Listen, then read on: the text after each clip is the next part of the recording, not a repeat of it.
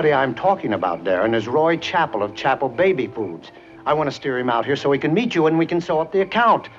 And I don't want him to catch you playing post office. Oh, he won't catch us. We'll neck in the bushes. Do you mind? Darrin, Roy Chappell is a rough, tough, self-made man. And he wants a hard-nosed idea man to give him a hard-hitting campaign. And that lipstick you're wearing doesn't make you look like the man for the job. Now, wipe it off. Stick your chest out. And think tough. Sweetheart, maybe you should run home and change into a lumberjacket. Don't let Larry frighten you, honey. I can handle Roy Chappell. Remember, tonight, I'm a tiger. Yeah, kitty, kitty, kitty, kitty, kitty, kitty, kitty, kitty, kitty. I'm sorry to barge in like this, but I just had to have you meet a friend of mine. Darwin, may I present Lord Clive Mondraco of Ipswich, Elspeth's former employer. Present employer. You have stolen my servant, sir. You are no gentleman. Oh, good grief.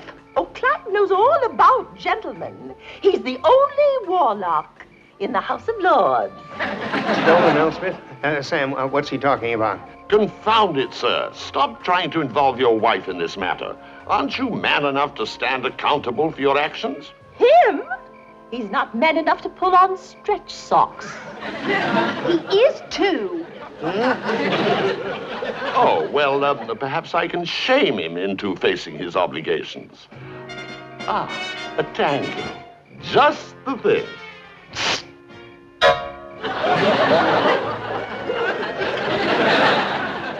Darrin. Well, at least this time, sir, you rose to the occasion. You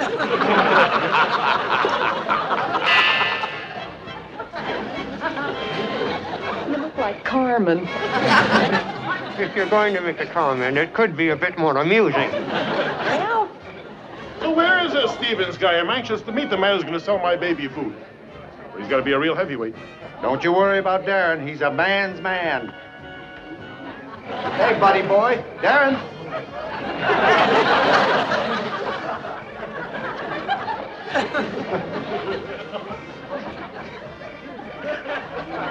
This is a man's man.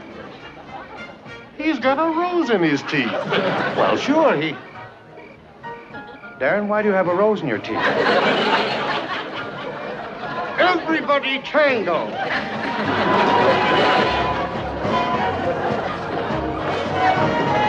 Olay. I can explain, Roy. It's very simple. I can explain. I can. I can?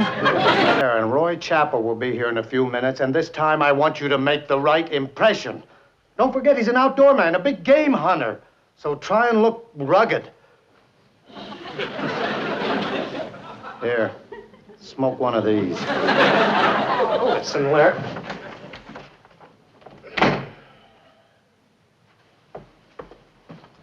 Well, sir, are you now prepared to conduct yourself like a gentleman? You're supposed to be back at your castle. Oh, no, you won't get rid of me until you've done the proper thing and restored my Elspeth. Elspeth has a mind of her own. She doesn't want to work for you anymore. She quit. Only because you lured her here. Oh, no, you can't weasel out. I shall hold you responsible. Me? Now, look, this is my place of business. If you want to talk about nannies, talk to my wife. Oh, dear. Still trying to get your poor wife to stand up for you, aren't you? Very well. If you insist on acting like a spineless weakling, look the part. This is your last chance to change your attitude. When next we meet, either I shall get satisfaction or else you shall suffer the consequences.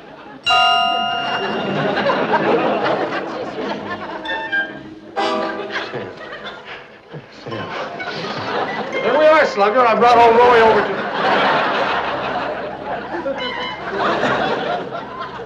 He traded in his rose for a lily. Nice. That's it. That's the last straw.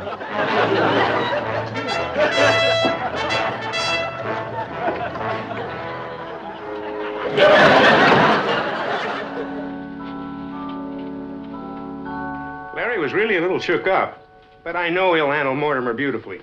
In a pinch, old Lair always comes through. Let me help you with the tinsel, honey. This one branch is a little bald. I wonder what Mr. Mortimer has against Christmas. Probably the fact that people don't give Mortimer soup as gifts. More tinsel, honey. Sam, what are you doing? I asked for more tinsel. I gave it to you. Honey, one piece of tinsel is not the same as more tinsel. One piece at a time is the way to hang tinsel. It gives the tree that delicate, lacy look. Hon, it's a Christmas tree, not a doily. Oh, I'll get it. You keep working. Here you go. One at a time.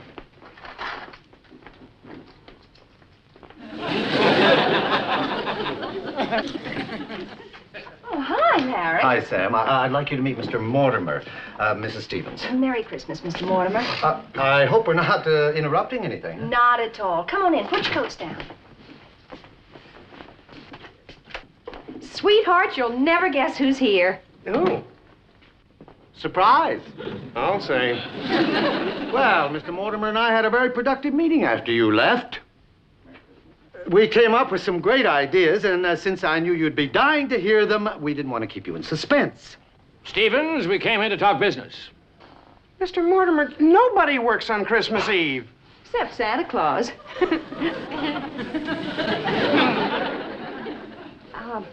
How about a nice cup of eggnog? No, thank you, young lady. Stephens, we're wasting time. Either we talk business or I'm leaving. Which is it to be? I'll walk you to the door. Mr. Mortimer, Larry, I'll be delighted to join you in a business discussion the day after tomorrow. Stephens, I take your refusal as a personal rejection. I certainly didn't intend it that way. Nobody rejects Jesse Mortimer. Tate, I want this man on my account or there won't be an account. He has 10 seconds to change his mind. Darrin, change your mind. I can finish trimming the tree myself. Samantha, I am going to help you finish the tree. Then you're going to help me get the Santa Claus suit ready for Tabitha's surprise in the morning. 2 seconds. I refuse to be intimidated. It's a matter of principle. Time's up. Gentlemen, Mortimer Soups will take its business elsewhere. Whoa, wait, Mr. Mortimer. Mr. Mortimer, wait. I can explain everything. Darrin was just... Mr. Mortimer?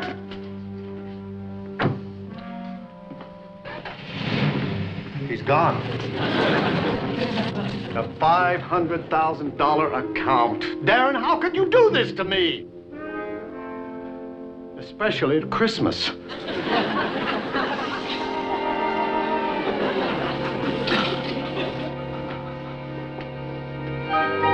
What surprises me is Larry. I know he's got chronic dollar signs in front of his eyes, but you'd think he'd give him a Christmas vacation. And Mr. Mortimer's the one with the problem. Well, he really seems to hate Christmas. You know, I bet he doesn't even believe in Santa Claus. You can't blame him for that, after all. He doesn't have your inside information. Ho, ho, ho! What a pretty little girl you are, Tabitha. And how you've grown since Santa saw you last year. Oh, oh, oh. Boy, am I beat. Imagine going through life with that kind of attitude toward Christmas. Well, think of all the fun he's missing. All the fun he'd like the rest of us to miss with him. It's a waste. Mm-hmm. A real waste. There must be some way of reaching that man. Everybody's got a reaching point. Oh, Darrin, I have an idea. Darrin. Sure, Sam. Anything you say. Just don't get involved with any...